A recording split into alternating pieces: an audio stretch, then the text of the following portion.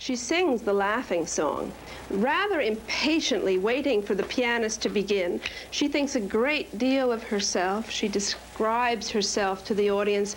She swings and she does all kinds of things. And at the end, her little feature is that she applauds for herself and literally cannot get off the stage. Adele? Adele? Adele is just one of the 15 or so hullabaloo puppet divas of Suzanne Pemsler. She and they combine the arts of music and puppetry in an unusual performance designed to add something to each. I wanted to know how this combination came into being. Originally, the way I guess every puppeteer gets into it, doing puppet shows. But then my real thing is singing.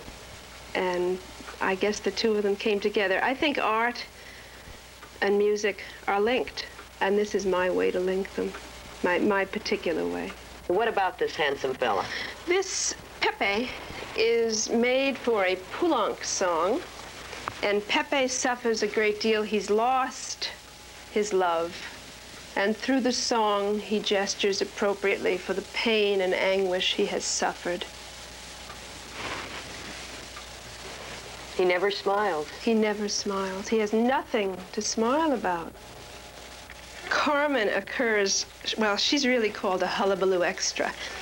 She's occurs after a very serious aria, and she stands while I'm singing, of course, does her thing, and then just as the high notes approach and her skirt wiggles and wiggles and nobody is looking at her face. That's a big mouth. That's a very big mouth. That's her high note. Manon sings a gavotte in which she is very haughty and she considers herself extremely beautiful, talks about love's fleetingness, and finally ends by saying, well, we won't be 20 forever, and flips her hat. And that's her function. Is she one of your favorites, or do you have a favorite? I don't have a favorite. I like her. It's kind of fun, but I like them all. I like them all for whatever their particular story is. And hers is haughty, and life is really quite with her right now. She's got it all, unlike some of the others who suffer. She's really got a very good deal. This puppet is Granny, and what's wonderful about her is that she has great flexibility, and she's asked by me, I am now the gentleman, to do various things such as washing, to which she blows her nose and informs him that she can't hear him anyway. Then he asks her if she will do his ironing, and she fans furiously and informs him she simply can't hear him. He then gets very loud, very annoying, and tells her to do his darning. You can see it's an old song. It's a relatively old form of fixing things. She puts her earphone in and is bored to death. And finally he whispers, "Will you marry me?"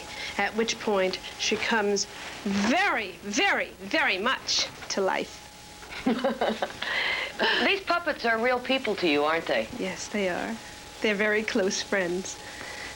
They were born right here, and they were born for songs that I love very much and like to do, and feel that people want to hear. When you're in a room with them and no one else is here, do you talk to them? Yes, I do. Do they answer you? Sometimes I think maybe they do. I think just by their being there, they answer me. Pemsler and her puppets, who are real people to a lot of people, I guess, will perform a week from tomorrow at the Laundry School of Music in Cambridge. The concert's at 8:30 in the evening, and best of all, it's free. It's interesting. It was revealed